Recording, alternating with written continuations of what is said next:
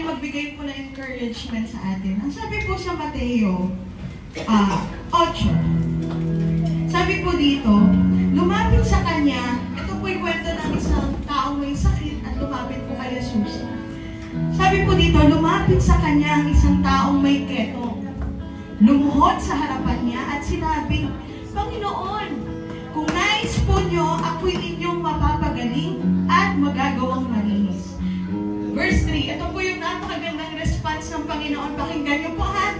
Ang sabi niya dito, hinawakan siya ni Jesus at sinabi, Oo, nais ko. Pwede bang palakpakan natin ang Diyos? Oo, nais ko. Sabi niya, God is able and willing to heal you, to provide for you. Ano pa? Kung kailangan mo, kung humaharap ka sa mga painful experience, marami kang mga disappointments sa buhay. Pero ang sabi ng Panginoon, kahit ang mga tao sa paligid mo ay nagbibigay sa iyo ng hindi magandang impresyon, pero merong nag-iisa na maaaring tumulong sa iyo. Sino? He is willing. Sino yun? Si Jesus. Amen? Amen? Palakpakan natin si ang Panginoon. He is willing. He is able. Isa pa po. Today, God wants you to know that He is both able and willing to heal you, to provide for you. Start to realize and believe that He wants you healed more than you want to be healed. Naunawaan po ba yun? Kung nais mong gumaling, mas gusto ng Diyos. Amen? Hindi lang natin pinag-uusapan dito yung physical. Hindi lang natin dito pinag-uusapan kung yung pera, hindi. Ang gusto ng Diyos, kabuuan. Amen? Sige po tayo lahat ay tumayo at tayo panalangin. Magpuri sa Panginoon. Come on, church. So, hindi pala ako sa leader. Sige po tayo manalangin. Aming Diyos, aming Panginoon, napakabuti mo. Luwalhatiin ang iyong pangalan. Maraming pong salamat sa buhay ng mga anak mo na naririto ngayon. Sa buhay sa bawat pamilya, Panginoon. Salamat dahil ikaw ay willing and you are able. Yun ang aming paghahawakan sa oras na to, Panginoon. Hinihiling po namin ang iyong paglilinis. Hinihiling po namin ang pagsama ng iyong banal na Espiritu sa aming kalagitnaan. Mangyari, Panginoon, ang iyong kalooban sa aming buhay. Pagpalain niyo po ang magsasalita ang aming tatay pastor na siya maghahayag ng iyong salita. Ito po ay magkaroon, Panginoon, ng tungimo sa aming mga puso. Lord, maging normal ang kagalingan, maging normal ang miracle sa aming kalagitnaan, Panginoon. Lord God, dahil ikaw ay willing and you are able, Panginoon. Maraming pong salamat sa iyong mga pangako, maging sa mga awiting aming aawitin na magbibigay sa iyo ng pagsamba. Ikaw po ay maluwalhati.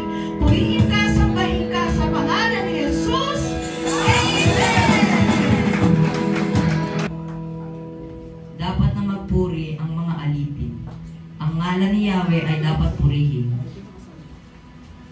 Ang kanyang pangalan ay papurihan. Magmulat ngayon, magpakailanman. Buhat sa silangan hanggang sa kanluran. Ang ngalan ni Yahweh ay dapat papurihan. Siya'y naghahari sa lahat ng bansa. Lampas pa sa langit ang pagkadakilan. Amen. Praise God. Hallelujah. Napakabuti ng ating Panginoon. Alam niyo po yung salitang VIP access? Sino po nakakaalam ng salitang VIP access? Amen. Alam niyo po ba pag sinabing VIP, ibig sabihin kapag pumunta ka sa isang lugar, kumbaga sa SM, may prestige kang card. Meron kang special place. At alam niyo po, sa napakaganda at dahil napakabuti po ng ating Panginoon, yan po ang binibigay sa atin ng Lord. Amen? Sabihin niyo nga, I am a VIP. Amen? Sabi po yan ng ating Panginoon. Good news, di ba? Sabi good news kasi dumating na ang ating Panginoon. At hindi lamang yun, sabi po ng Lord sa Romans, sabi po niya, yung kabayaran sa ating kasalanan ay kamatayan. Ngunit, sa kabutihang loob ng ating Panginoon, tayo ay nailigtas. Amen? Sa kabutihang loob ng ating Panginoon, we have a VIP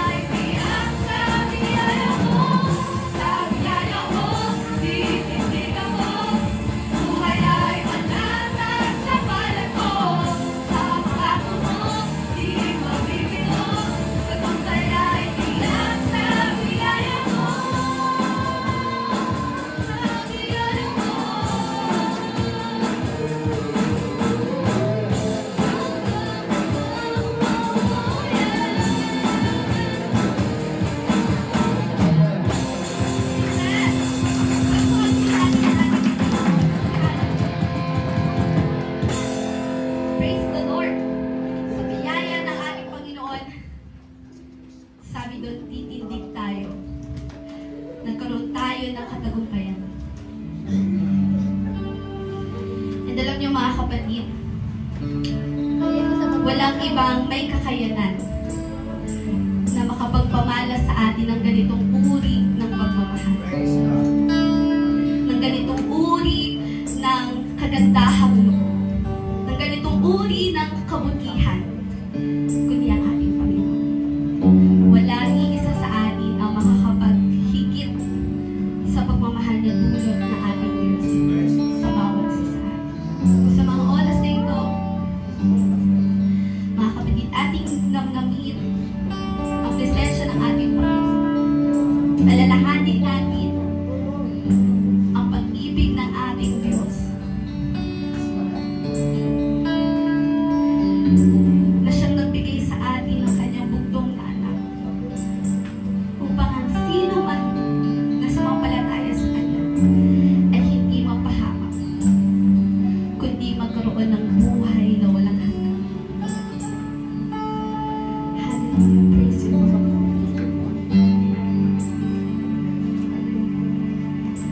You love me when I was so lonely. You sought me when I was lost. You told me how much you really love me, and you bought me with the highest cost. There is no greater love than this. There's no greater love than this. That a man would give his life for a friend. There's no higher sacrifice that a man would give his life. You have paid a precious price for me. This Lord has chosen us. You chose me when I was so unworthy. You blessed me with your own blood, and you clothed me with righteousness and mercy, and you crowned me with your steadfast love. There's no greater love than this. There's no greater love than this. That a man would give his life for a friend.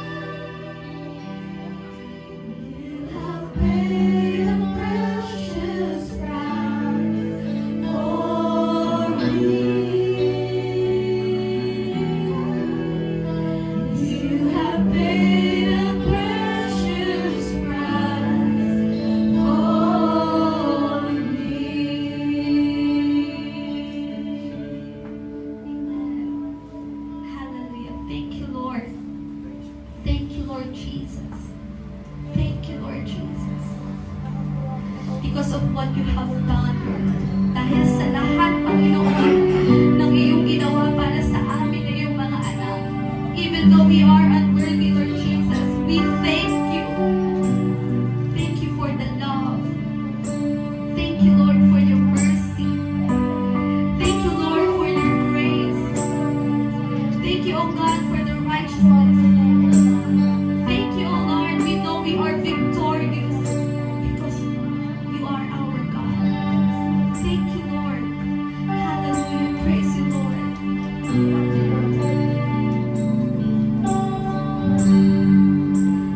Thank you for the cross, Lord. Thank you for the price you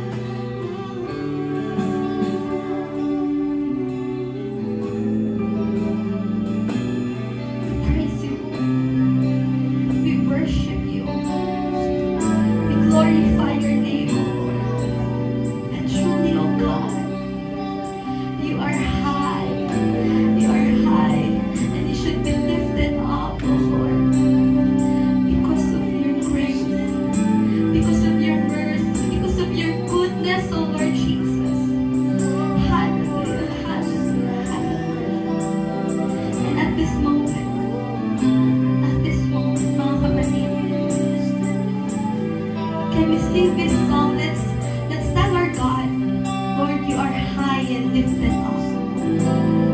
With our voices, let's sing this verse, oh Lord. And hallelujah. High and lifted up, Jesus, Son of God, the darling of heaven, crucified.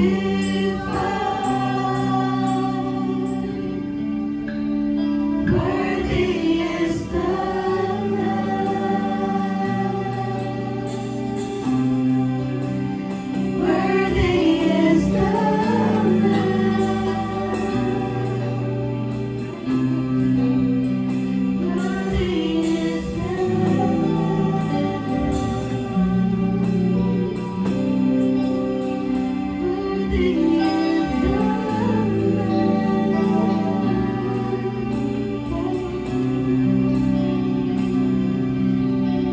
Hallelujah, hallelujah. Praise you, Lord. You are worthy, Lord Jesus. You are magnificent, O Lord. Sige po, buksan po natin yung ating mga kaibigan. Let's declare how good our Lord is. Hallelujah. Let's sing praises to the Lord. Let's sing worship to our God. You are wonderful, Lord God. You are lovely. You are magnificent. You are amazing. You are mighty, O Lord. And we praise you. All of this, Lord God, is for you, Lord Jesus. We glorify your name and worship you. In the name of Jesus, everybody say, Amen. Magandang umaga po sa mga bagong dating. Hello po. Magandang umaga sa inyo. Alright. Salamat po sa Lord sa mga magagandang awitin na ating inawit. Alam niyo po ba na every time na we lift up our hands, praise the name of the Lord, yung mga tugon sa mga panalangin po natin ay on the way na or maaaring sagutin na ng Lord. Sinagot na niya. Amen? Amen po ba? Parang wala naman akong kausap. Amen. Alright, dako po tayo sa ating tithes and offering. Let me just share this verse to you. Sabi po dito, but remember the Lord your God, for it is He who gives you the ability to produce wealth. Naunawaan niyo po ba yun? Always remember na kapag po tayo nagbibigay sa Panginoon, it is because He is the one na nagbibigay sa atin ng ability. Kung anumang source mo ngayon, galing yun sa Panginoon. Amen? Whatever it is, ano man yung pagkabuhayan natin, yun ay buhat lagi sa Panginoon. Kaya every time na magbibigay tayo, every time na nagbibigay po tayo, hindi na po ba alam na nabibless nyo rin ang mga tao sa paligid nyo? Amen. Bukod sa nabibless natin, higit ang pangalan ng Panginoon, nabibless din po natin ang mga tao sa paligid natin. Amen? Masarap kayong maging, masarap kayong maging pagpapala sa ating kapwa. Amen? Kaysa yung ikaw yung receive na receive, mas masaya na ikaw ang walang bigay ng bigay. Yun ang aking panalangin sa Panginoon na lahat tayo, walang exempted, na tayong lahat ay magiging tagabigay, tagapagpapala. Amen? Amen. Kaya naman, yung mga kaloob po natin, ako, personally, from the Church of Jeho Imus, we want to thank you all for supporting our church, our ministry. Kasi if it's not because of the tithe or the offering that you're giving to the church, wala po tayo ngayon dito. So, we are able. God is able, so able din tayo. Amen? Amen. So, kung willing ang Lord, dapat willing din po tayo. Amen? Sige, let's all pray. Let's all pray. Heavenly Father, Lord, in the name of Jesus Christ, Lord, I pray na patuloy mo pong pagpalain ang bawat kamay ng mga taong naririto. Lord, ano man ang aming kabuhayan, ano man ang aming source, Lord, nakahihigit na ikaw yung dahilan bakit kami able na magpala rin po sa church at sa ibang tao, Lord God. Lord, I pray, Panginoon, na patuloy mong i-bless ang bawat family, ang bawat tatay na nagtatrabaho, maging ang mga anak, Panginoon, ano man ang trabaho namin, pagpalain niyo po kami. Lord, I pray favor upon favor, Lord God, blessing upon blessing sa bawat isa sa amin. Lord God, walang imposible sa'yo. Kaya naririto kami, Panginoon, willing to give also for the church and to bless the church, O God. Maraming po salamat. Purihin ka sa pangalan ni Jesus. Amen! Amen! Tayo po ito ngayong lahat para po sa pagbasa ng ating banal na kasulatan. Buksan po natin ang ating mga Biblia sa Aklat ng Santiago, Kapitulo 1, talata 14 hanggang 16. Natutukso ang tao kapag siya'y naaakit at nagpapatangay sa kanyang sariling pagnanasa. At ang pagnanasa kapag naitanim sa puso ay nagbubunga ng kasalanan. At ang kasalanan sa hustong gulang ay nagbubunga ng kamatayan.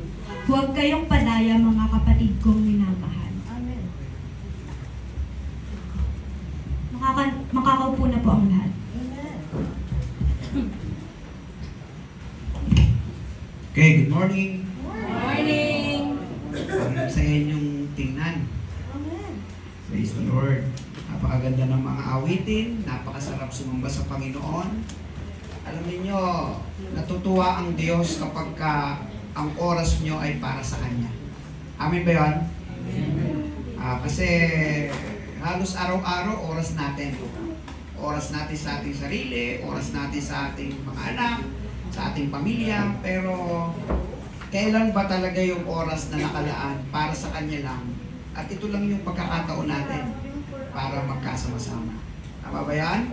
Okay. Gusto kong simulan sa isang katotohanan na kung meron man na mga bisyo ba, kung tawagin, o matatawag natin, na pinaka sa tingin ko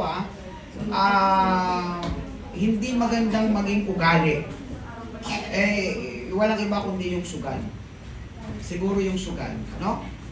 Bakit? Sapagkat ang sugal ay isang uri ng bisyo na ang pagkabig ay ikaw lang ang makikinabang pero kinabigan mo ang lahat. Naanawa nyo? Halimbawa, katulad po ng loto. Ang loto ay isang taya. Pero pag tumama, isa lang ang mananalo. Pero ang kinabigan mo, milyong-milyong mga tao. Naunawa po ninyo? Milyong-milyong mga tao. At saka ang dami-dami nating tinatawag ditong napahirapang tao, pero ikaw naging masaya. Okay. Ito pong loto ay galing po sa kasaysayan po ni Abraham at saka po ni Lot, no? Si Abraham at saka si Lot ay magtiyuhin. At nagkataon pareho na silang napakaraming mga hayop na inaalagaan. Ang kanilang angkan ay sobra-sobra na. So, kinakailangan nilang maghiwalay. Sabi ni Abraham, kung gusto mo sa kanan, ako'y sa kaliwa. Kung gusto mo sa kaliwa, ako'y sa kanan. Hindi na tayo pwedeng magsama. At si Lot ay tumingin sa lugar ng tinatawag na Sodoma at Gomora, kung saan ay inakala niya na ando na ang lahat ng mapapakinabangan para sa kanya at sa kanyang pamilya, pero later on, ito pala ay nagbunga ng pagkapahamak ng kanyang pamilya. No? Ang salita pong loteria ay pakikipagsapalaran. Yun ang ibig sabihin. Kaya yung salitang loto ay pakikipagsapalaran. Di ba? Lahat naman tayo gano'n. Kaya lang, ang konsekwensya ka nito, yung milyong-milyong mga tao na natalo sa isang bola. Tama ba? Na ikaw ang nakinabang. Ikaw ang masaya, pero ang dami namang nahirapan. Yan. Kaya ito ay pinipigilan hanggat maaari sapagkat imbis na makapagpaunlad ng buhay, nakakapagpahirap ng buhay. Okay po ba? Alam niyo po ba yung salitang one for all for one? Di ba? Pag sinabing one for all for one, isa para sa lahat, lahat para sa isa. Tama ba yan? Okay sana kung yung isa ay mabuti para sa lahat. At yung lahat na mabuti para sa isa. Ang malaking problema natin ay kung masama yung isa, damay-damay yung lahat. At kung ang lahat ay masama, damay-damay kahit yung nag-iisa. Tama ba? So pros and cons lang yan eh. Bad and good lang yan. Kaya po ngayon pong oras na ito, ang tatalakayan po natin ay pinamagatan ko po na isang kasalanan, damay-damay na. Okay? Isang kasalanan, damay-damay na. One sin affected all simultaneously. Okay? Isang kasalanan, pero ang epekto nito ay sabay-sabay. Simultaneously kung saan may pinanggagalingan nito. At ito nga po ay nasa Santiago, Kapitulo 1, talatang 14 hanggang 15, at babasahin ko po sa inyo. Natutukso ang tao kapag siya'y naaakit at napatatangay sa kanyang sariling pagnanasa. At ang pagnanasa kapag na itanim sa puso ay nagbubunga ng kasalanan. At ang kasalanan sa hustong gulang ay nagbubunga ng kamatayan. Okay. Kaya nga po, sabi po ng Efeso Kapitulo 4, talatang 27, huwag ninyong bigyan ng pagkakataon ang dyablo. Tandaan ninyo, pag dyablo ang pag-uusapan natin o Satanas, wala siyang mabuting gustong gawin sa atin. Okay ba? Wala siyang mabuting gustong gawin sa atin. Ang gusto niyang gawin sa atin, sirain tayo. Okay? Pabagsakin tayo, palayuin tayo sa Diyos, ibalik tayo sa kadiliman, wasakin ang pamilya, wasakin ang iyong magandang pangarap. Kaya pag nabigyan siya ng pagkakataon, itong dyablo, kaawa-awa tayo. Ang problema, isang maling pasok ng dyablo sa buhay mo, damay-damay. Nakuha po ninyo? Patutunayan po natin yan mamaya. Sa Efeso Kapitulo 4, talatang 27, sabi po sa Ingles, and do not give the devil a foothold. Huwag nating bigyan ng pagkakataon ang dyablo na makapasok sa buhay natin. Okay? Now, paki-off nga yung ilaw natin at meron akong video clips na ipapanood sa inyo. Intindihin nyo mabuti. Jen, pwede bang 3 beses mo siyang paulit-uliting ipalabas sa atin? Okay. Manood po tayo at manahimik lang tayo sa mga. Walang sound?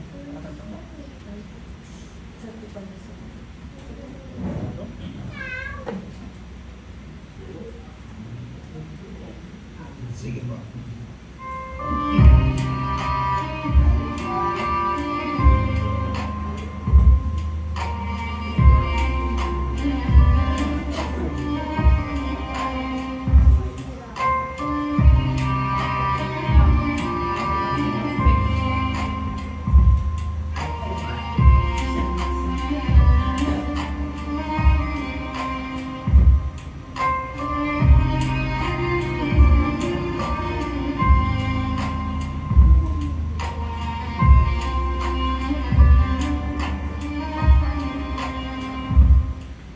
Sabi dyan, sometimes our small mistakes can ruin. Sige po, ano? Tuloy mo. Pinaghirapang gawin sa isang mali. Tingnan nyo ang naging epekto. Pinagpaguran mo, pinaghirapan mo sa isang mali. Ito ang epekto.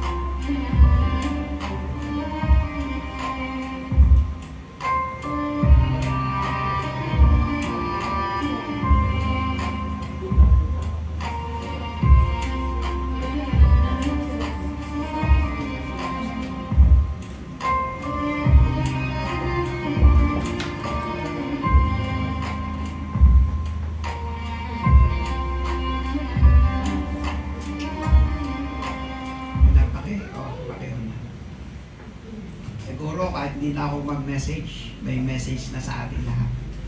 Diba? Yung kunting hindi pagkakaintindihan ng isang pamilya, pwede nang makapekto sa lahat. Tama ba?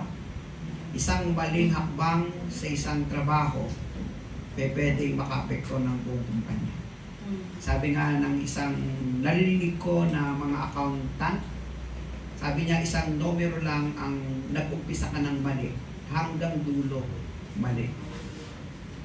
You need to start right para hanggang dulo tama. Tama po ba? Ito po ay nangyari sa bawat isa sa atin. At kayo naman mismo makakaalam niya sa inyong sarili. Either ikaw ay makonsensya kasi yung nangyayari na nakaka-apekto sa iyong mahal sa buhay, may kinalaman ka. Tama ba? Minsan dinadala mo yung sarili, sa iyong sarili. Ba't nangyari sa iyo to? Babalikan mo yung nakaraan. Ako, kung hindi ko sana sinalbahe ang sarili ko, hindi sana nadamay ang mga ito. Awa po ninyo? So, ganun din dito sa bansa. Mali ng isang nangunguna, damay-damay tayo lahat. Sa pamilya natin ganito.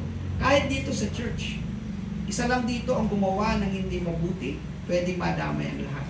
Kasi ang laki ng pangalan natin dito. Jesus the heart of worship. At damay-damay tayo sa pangalan na ito. Meron bang halimbawa, Tatay Pastor, sa Biblia? Meron po. Halimbawa itong si David. O, tinampunin niyo yung kanyang kasalanan. Basahin po natin yung kasalanan. 2 Samuel 11:2-5. O, pakibasa nga natin, sabay-sabay. Isang hapon, pagkagising ni David, umakyat siya sa bubungan ng palasyo at nagdakad-lakad. Mula roon, may natanong siyang isang babaeng naliligo. Napakaganda ng babae. Ipinagtanong niya kung sino yun. Sinabi sa kanya na iyon si Bathsheba, anak ni Eliam at asawa ni Urias na isang Hideo. Ipinakuha niya si Bathsheba at ay katatapos pa lamang ng kanyang paglilinis ayon sa tuntunin para sa mga babaeng nire-regla. Sinipin na siya ni David at pinauwi pagkatapos. Dahil sa nangyari nito, si Bathsheba ay nabuntis at ipinasabi niya ito kay David. Yun ang una niyang kasalanan. Di ba? Sinundan dito na isang kasalanan, hindi lang natin na isulat dito, pero yung pinront line ni David, si Urias sa isang labanan para ipapatay. So, dalawang kanyang kasalanan, pangangalun niya at saka pagpatay. So, ano ang naging konsekwensya ng isang kasalanan? Ito po ang 2 Samuel 12:13-15. Basahin po ninyo. Sinabi ni David, nagkasala ako kay Yahweh. Sumagot si Nathan, pinapatawad ka na niya at hindi ka mamamatay. Ngunit, dahil nilapastangan mo si Yahweh, ang magiging anak mo ang mamamatay. Pagkatapos nito'y umuwi na si Nathan. Ano naging konsekwensya? Yung anak ni David kay Bathsheba namatay. Di ba? Sa kasalanan niya. Kagustuhan niyang manumbalik, ito naman ang ginawa ni David. Awit 51:1-2. Ako'y kaawaan o mahal kong Diyos, sang-ayon sa iyong kagandahang loob, mga kasalanan ko iyong pamilya, ayon din sa iyong pag-ibig sa akin, linisin mo na sana ang aking karumihan at patawarin mo aking kasalanan. Awit 51:6-8. Nais mong sa akin isang pusong tapat, puspusin mo ako ang dunong mong wagas, ako ay linisin sa lako'y hugasan, at ako'y puputi ng lubos-lubusan, sa gala at tuwa ako ay puspusin, butong nangihinay muling palabas. So nagkasala siya, may konsekwensya. Ang maganda kay David na numbalik. Naunawahan po niya. Okay. Si Akan. Tingnan po natin si Akan. Pangalawa pong kwento sa Biblia. Basahin po natin sa Akan, Joshua 7:20-21. Basahin natin. Sumagot si Akan, totoo po nagkasala ako kay Yahweh, ang Diyos ng Israel, sa mga bagay na nasapsap ko sa Jericho. May nakita akong isang mamahaling balabal na yari sa Babylonia, halos 8 pila, at isang baretang ginto na mahigit pang 2 libra. Kinuha ko ang mga iyon at ibinaon sa lupa sa loob ng aking tolda, nasa kailaliman po ang pila. O nagnakaw naman. Bawal na bawal, huwag kayong kukuha ng kahit ano, sabi ni Yahweh. Natukso ngayon si Akan. Itinago itong tela, itinago ang mga ginto sa ilalim ng kanyang higaan, sa kanyang tulugan. Ano ang naging konsekwensya? Basa, Joshua 7:25. At sinabi ni Joshua, bakit mo kami pinahamak? Ikaw naman ngayon ang ipapahamak ni Yahweh. At pinagkabato ang buong bayan si Akan at ang buong niyang sambahayan hanggang mamatay. Sinunog silang lahat kasama ng kanilang kanilang. Tingnan nyo, isa lang ang nagkamali. Damay ang buong angkan. Sa kultura nila, sa ganong kasalanan, babatuhin lahat ng kanyang kaangkan hanggang sa mamatay. Ang bigat ng kultura nila nung una. Pero yun ang kwento eh. Ang pinupunto ko dito, isang mali, damay ang lahat. Ngayon, ang tanong, gustong-gusto niyang bumawi, pero wala na. So, kalungkutan nang hindi niya nagawang magsisi. Joshua 7:26. Ano sabi dito? Pagkatapos, tinabunan nila ang mga bato, naroon pa hanggang ngayon ang mga bato iyon. Nawala ang galit ni Yahweh, mula noon ang pook na iyo'y tinawag na libis ng kabuluhan. Wala na. Pero iba naman ang kwento ng mga bunga ng kalamidad. Halimbawa, bagyo, tsunami, lindol, gera, iba naman ang kwento niya. Maliban lang kung meron din silang alam na pagkukulang, kaya nadamay ang lahat. Nakuha niyo po. Pero kung ito naman ay insidente at aksidenteng pangyayari, na wala namang kinalaman, may purpose naman si Lord sa ganung pangyayari ko. Pero pinupunto ko dito, isang pagkakamali ni David, damay ang anak. Nagawa nga lang niyang bumawi. Nagsisi siya. Si Akan, wala nang pagkakataong makabawi. Sa kanyang pagkukulang, buong pamilya niya, binato hanggang sa mamatay. Tama ba? Okay. Sa bagong tipan, ano naman ang meron? Katulad ni Pedro. Ano ba ang kanyang kasalanan? John 18:15-18. Basahin nga natin. Sumunod kay Jesus si Simon Pedro at ang isa pang alagad. Ang alagad na ito ay kilala sa pinakapunong pari, kaya nakapasok siya kasama ni Jesus hanggang sa patio ng bahay na pinakapunong pari. Naiwan naman si Pedro sa labas ng pintuan. Kaya lumabas ang alagad na kilala sa pinakapunong pari, kinausap ang utosang babae na nagbabantay sa pinto at pinapasok si Pedro. Si Pedro ay tinanong ng babae, hindi ba't isa ka sa mga alagad ng tao yan? Hindi, sagot ni Pedro. Madilaw noon, kaya nagsiga ng uling ang mga utusan at ang mga bantay at nagumpukan sila sa paligid ng apoy upang magpainit. Nakihalo sa kanila si Pedro, tumayo roon at nagpainit. John 18:25-27. Habang nagaganap ito, si Simon Pedro ay nakatayo at nagpapainit pa rin sa tabi ng apoy. Siya'y tinanong ng mga naroon, hindi ba talagad ka rin ng tao yan? Ipinakila ito ni Pedro, hindi, sagot niya.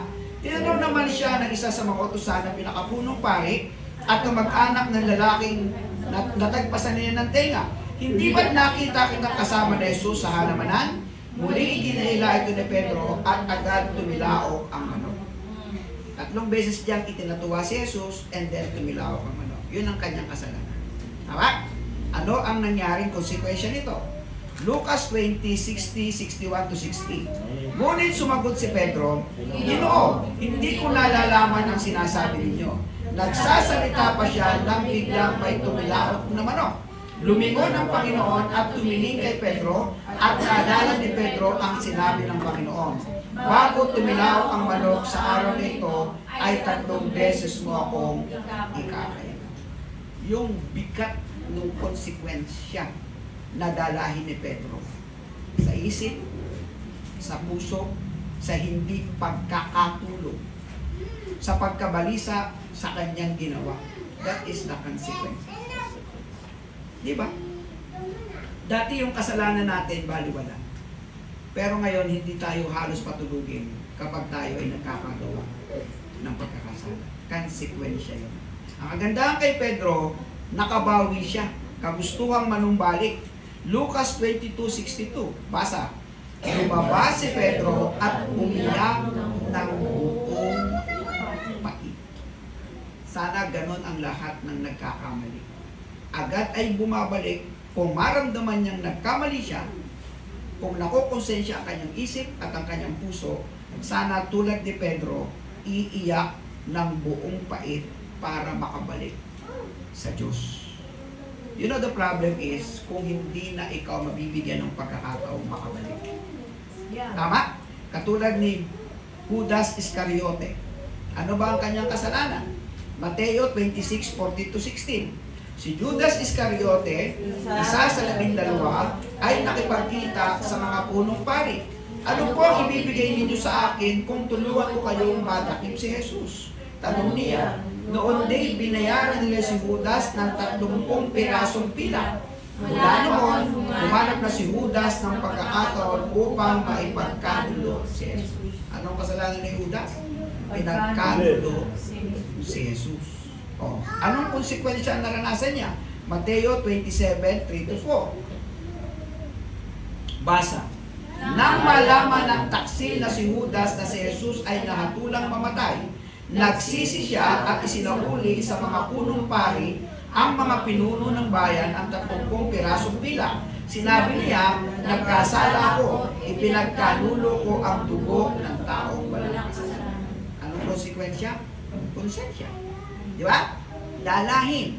Dahil ipinagkanulo niya si Jesus ng 30 pirasong pilak. Bagamat kanyang ibinalik. Yan. Sabi pa dito, ano ang pakialam namin sa iyo?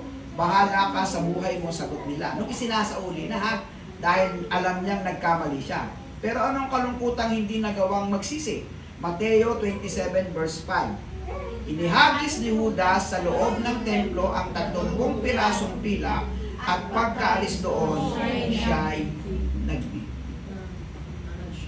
nagpakamatay siya. Yung konsekwensya ng dalahin ng isip dahil sa isang kasalanan na alam niyang hindi lamang siya kundi nagdadamay ng kanyang mahal sa buhay pag hindi kinaya ng may katawan na hindi na naiisip na magsisi. Ang naiisip niya magpakamatay. Tama? Ayun ang nangyari dito. Dito. So ngayon, ang tanong natin, gugustuhin ba natin na dahil sa'yo, magdadamay ka? Mabuti sana kung ikaw lang eh. Ang problema, dinadamay mo asawa mo, kapatid mo, mga anak mo. Konsekwensya yun ng kasalanan ng isang tao na nagdamay ng wala namang kasalanan, pero muling babalik kung ang may kasalanan ay manunumbalik at magsisisi. Naunawaan po ninyo. Ganun po ang setup niyan eh. Ang ikot po niyan, ako ang may kasalanan, madadamay kayo. Ako rin ang manunumbalik at magsisisi para manumbalik ulit kayo sa maayos na kalagayan. Amen? Ako ay tatay, nagkasala ako, na-realize ko, mali ako, nadamay na yung pag-aaral ng aking mga anak, nagkagulo na kami mag-asawa, nagkagulo-gulo na yung aking mga anak, magsisisi ako, babalik ang lahat. Pero hanggat hindi ako nagsisisi at hanggat ang kasalanan ito ay sumasa akin, damay-damay tayo. At yun ang pinakamalungkot sa atin. Tama mo ba? So, tingnan po natin, paano nga ba nakakapasok itong kasalanan sa buhay natin? Upang maiwasan po natin, may 3 hakbangin ng pagpasok ng kasalanan sa buhay ng tao.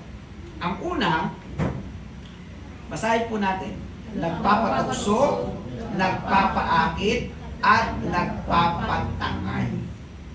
Decision mo yan. Decision mo yan. On the first place, hindi naman tayo bulag na sa kasalanan. Tama ba?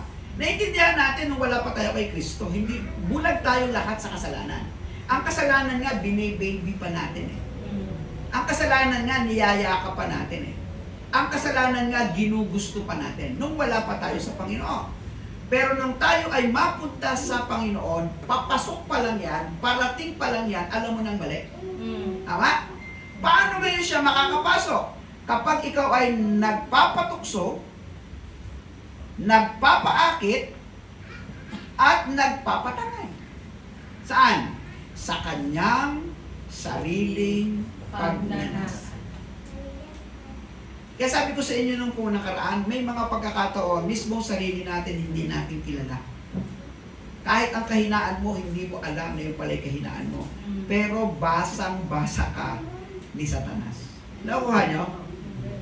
Basang-basa ka. Alam ni Satanas kung saan ka mahina, doon kanya titirahin ng titirahin. Alam ng Diablo kung ano yung gustong-gusto ng iyong laman, ng iyong sarili. Pagkain ba ito? Mga bagay ba itong material? Mga ganon, no? Ito ba kung ikaw ay lalaki, babae pa yan? Kung ikaw ay babae, lalaki pa yan? Yung ginugusto ng iyong sarili, yan ang binabantayan ni Satanas. At kapag nakita niyang sa paraang ito, dito kita kayang pabagsakin, Papainan ka ng papainan. Diba? Naalala niyo ng panahon ni Eva at saka ni Adan. Sabi niya, ang sarap sa paningin ng babae, yung bunga. Ang sarap kainin. Di ba?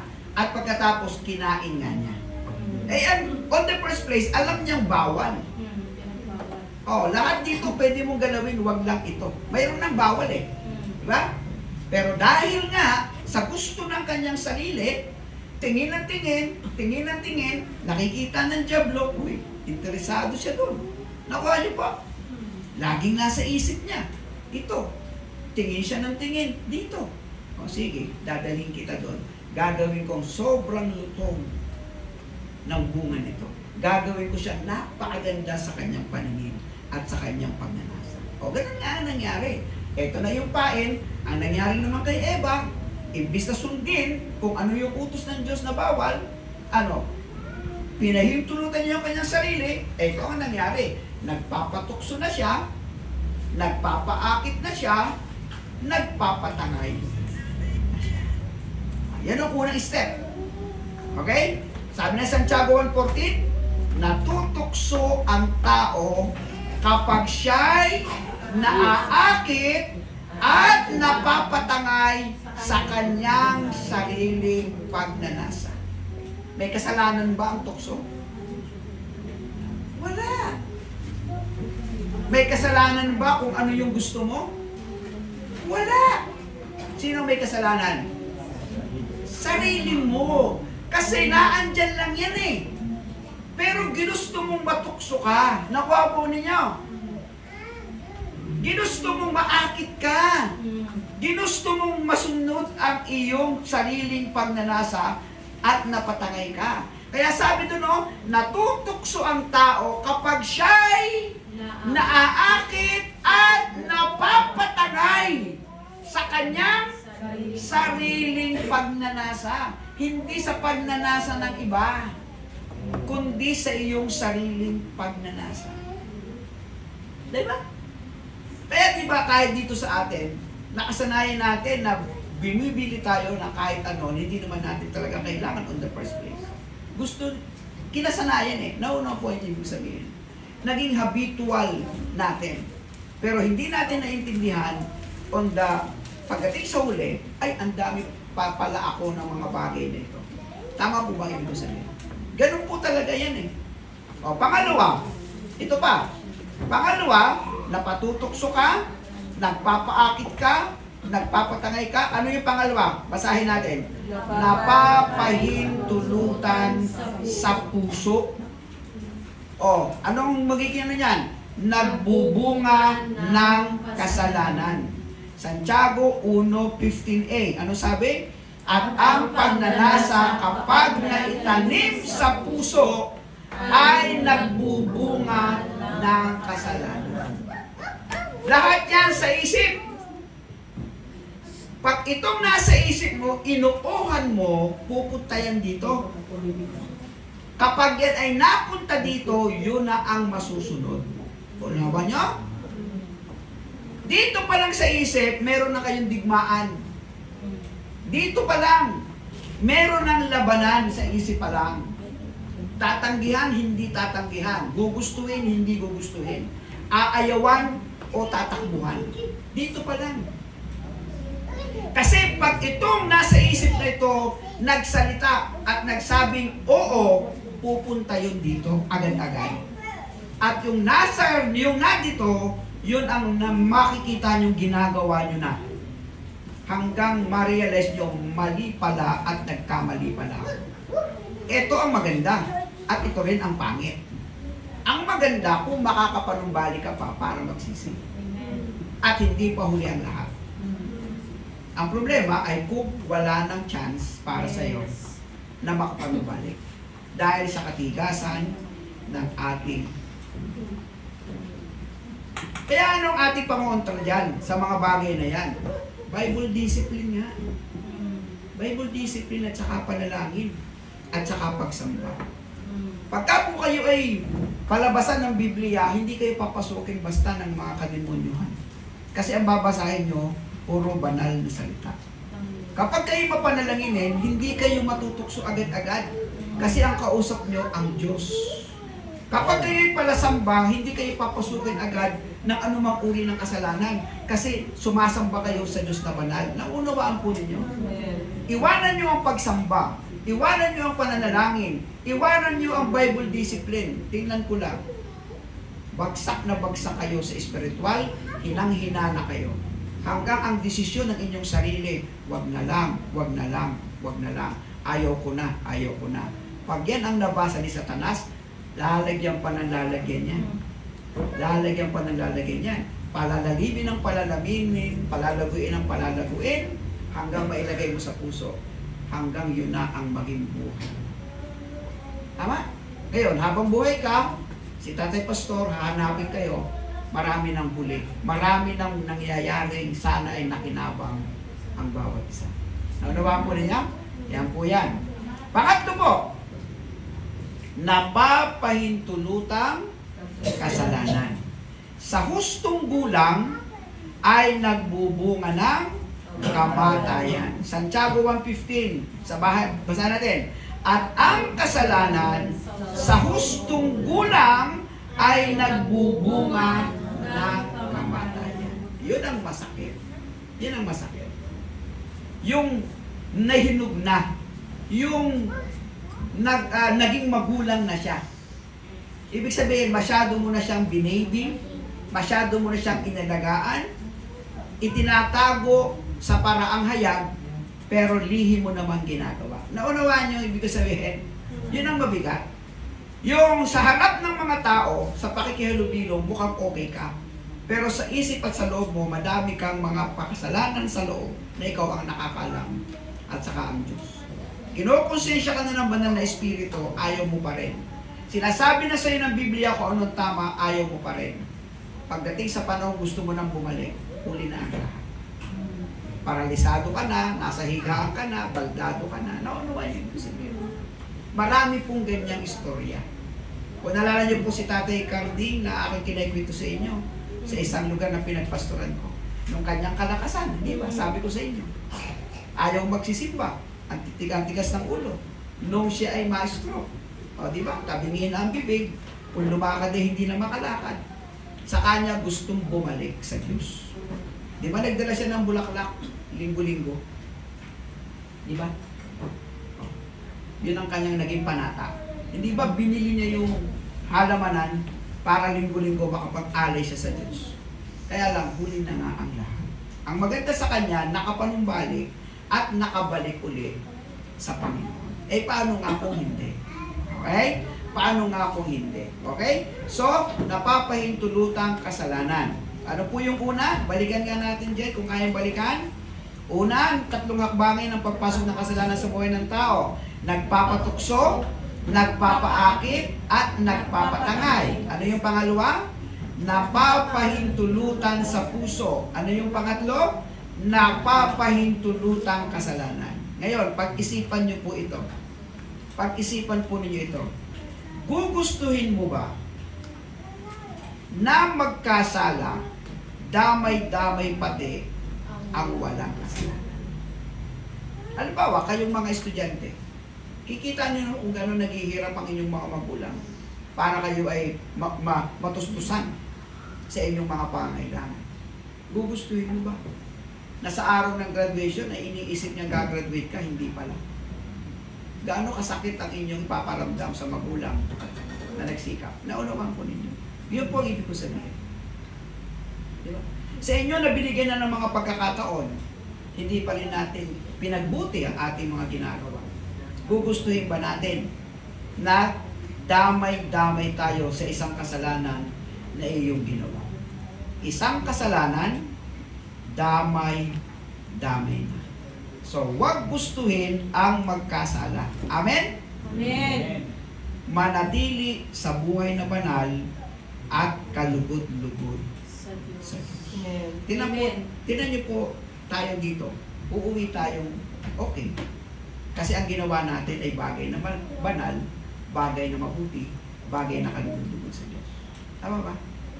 Pero kung dito sa loob, ang ginawa natin ay makasanlibutan at makamuntong gawain, uuwi tayo ng ating isip marumi, ang ating salita hindi tama, ang ating pakikitungo sa kapwa, puro pangmakamundong kaparaanan.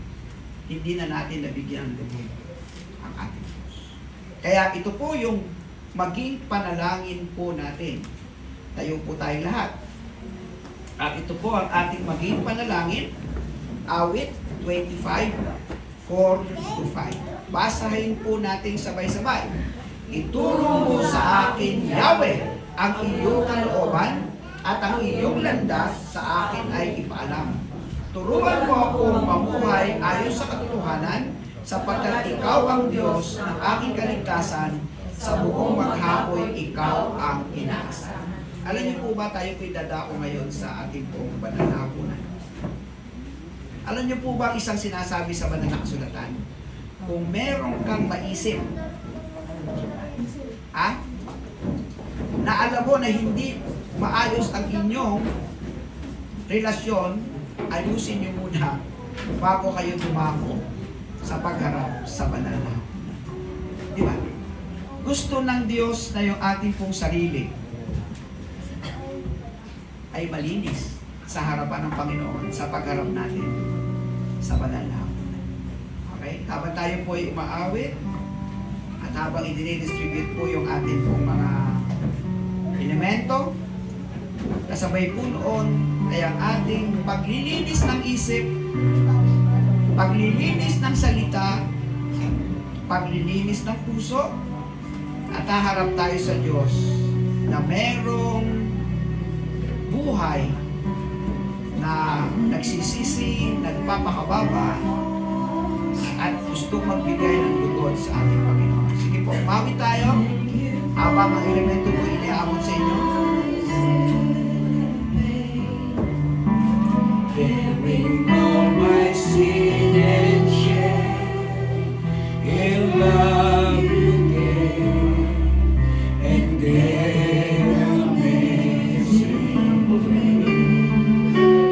Thank you for His love, Lord. Thank you for forgiving sins.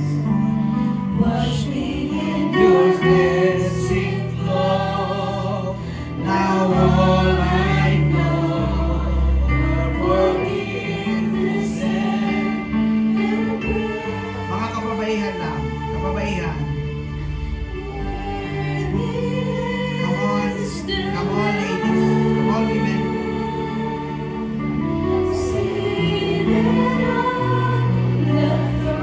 Mga kalalakihan. Crown you now with many crowns. You reign victorious. Lahat po tayo. I am lifted high. Jesus, Son of God. Darling of heaven, crucified. Worthy is the Lamb. Worthy is the Lamb. Taas po natin ang elemento na tinapay. Worthy is the Lamb.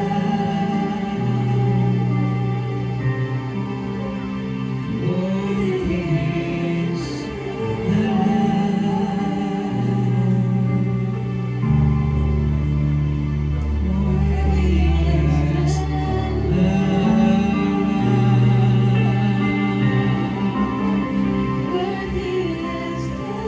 Sapagkat ito ang turo na tinanggap ko mula sa Panginoon, at ibinigay ko naman sa inyo nung gabi siya ipagkanulo, ang Panginoong Hesus ay dumampot ng tinapay.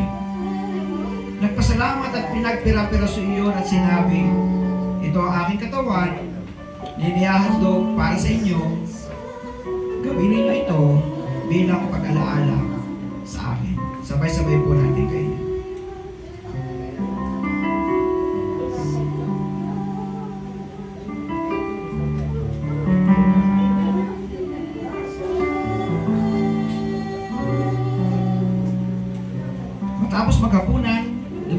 siya ng kopa at sinabi, ang kopang ito, ang bagong tipan, na pinagtitibay ng aking dugo. Tuwing iinimin ninyo ito, gawin ninyo ito bilang pag-alaala sa akin. Sabay-sabay po natin. Manatili po tayo sa pagkakatayo para po sa ating closing prayer and benediction. Aming Diyos, aming Panginoon, nagpapasalamat po kami dahil minsan kahit binibigyan nyo kami ng pagkakataon na maalaala po namin o maipaalala sa amin ang minsan katawan mong nabayubay sa krus para sa aming kaligtasan, ang dugo mong tumigis mula ulo hanggang paa para sa kapatawaran ng aming mga kasalanan. Panginoon, galit kayo sa kasalanan at dapat hindi kami magalit sa kasalanan. Galit kayo sa anumang uri ng karumihan at dapat ganun din kami. Ayaw nyo sa mga bagay na hindi nakalulugod sa iyo at dapat ganun din po kami. Aming Panginoon, tulungan nyo kami sa iyong biyaya at awa. Sa amin pong pagkilala sa iyo bilang aming Panginoon, na kayo po ang masusunod sa buhay namin, sa iyong biyaya at sa tunay ng Espiritu, ito nawa po ay masunod, aming Panginoon. Makagawa kami ng mga bagay, makagawa kami ng mga salita, makagawa kami ng mga iniisip na mailalagay sa puso na tawa at magbibigay po ng kaluluran sa iyo, aming Panginoon. Kami po ay patuloy na nagsisisi sa aming pong mga pagkukulang. At patuloy po kami nagsisikap na hindi po mapatangay, na hindi po mapatukso sa mga bagay na mga pagnanasa ng aming pong mga sarili. Panginoon, itinatakwil po namin ang mga kasalanan namin sapagkat ayaw po namin madamay ang iba na walang kasalanan. Panginoon, ayaw po namin na ang konsekwensya ay ang aming mga mahal sa buhay. Ang konsekwensya ay ang mga wala namang pagkukulang dahil lamang sa aming isang kasalanan na nagawa. Kaya Panginoon, kaming lahat mula sa akin hanggang sa sino man ang nasa bulwagang ito, kahit doon sa mga nasa online namin, kami lahat, O Diyos, ay tumatanggap at tinatanggap po namin laban sa mga kasalanan. Laban sa mga kasalanan. Tinatanggap po namin laban kami sa kasalanan. Hindi namin gusto ang kasalanan. Ang gusto po namin, O Diyos, ay ang manumbalik sa iyo araw-araw at masumpungan kami na nabubuhay sa kabanalan. Malinis ang isip, tama ang mga salita, tama ang puso, at nakikita niyo, Panginoon, ang mga nakalulugod sa aming buhay. O aming Panginoon, aming Diyos, sa panahon ng aming kahinaan, palakasin niyo kami. Sa panahon ng aming kalungkutan, kayo ang aming kaligayahan. Sa panahon ng aming kagulumihanan, kayo ang aming kapayapaan. At sa panahon, O Diyos, ng mga kasakitan, kayo ang aming kagalingan. Sa panahon, O Diyos, ng aming mga kabiguan, kayo po ang aming pag-asa. Panginoon, ikaw at ikaw lang at wala na pong iba. Wala kaming ibang saklolo, wala kaming ibang tatakuhan, wala kaming ibang lalapitan na makatutulong sa mga alamanang espiritual sa aming sarili, kundi ikaw lang, aming Panginoon. Ang iyong kapangyarihan, ang iyong pagkabuhay na pagmuli, at ang iyong muling pagbabalik, O Diyos, na aming pong pinanamikan, mapangyari sa iyong pagdating, ay masumpungan po ninyo kami na nabubuhay kami ng naaayon sa iyong kagustuhan at sa iyong kalooban.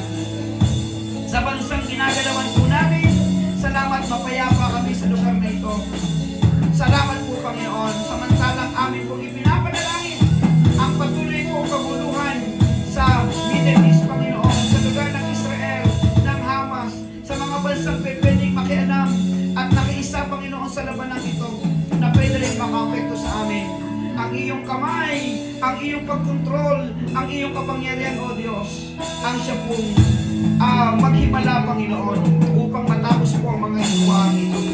Aming Diyos, sa aming kanya-kanyang pamilya, na ipinagkakatiwala ang aming kalusugan, ang pag-aaral ng aming mga anak, ang pang-araw-araw na pagkain, at ang patuloy na paglago namin sa buhay panalangin, buhay pagsamba, buhay Bible discipline namin, Panginoon, at ang paglilingkod sa iyo ay mapangyari sa amin araw-araw. Sa nalalapit po namin, November 18, papunta namin sa Dasmariñas, mga pwede pong pagpapalang makamit po doon, sa lalo po sa spiritual, sa darating na November Panginoon, sa amin pong family outing baptism.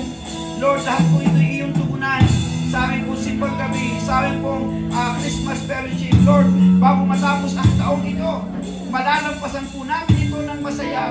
Malalampasan po namin ito na kami po lumanago.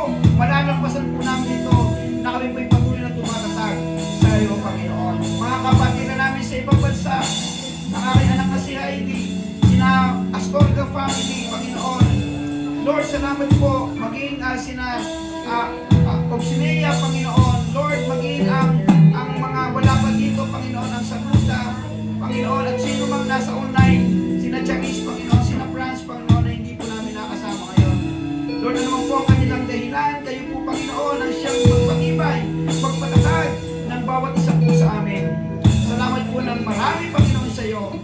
At sa Diyos na napakabuti at napakamapagmahal, sa kanyang anak na si Jesus, namin pong patuloy na kinikilala, Panginoon, sa inyong tagapagligtas, sa banal na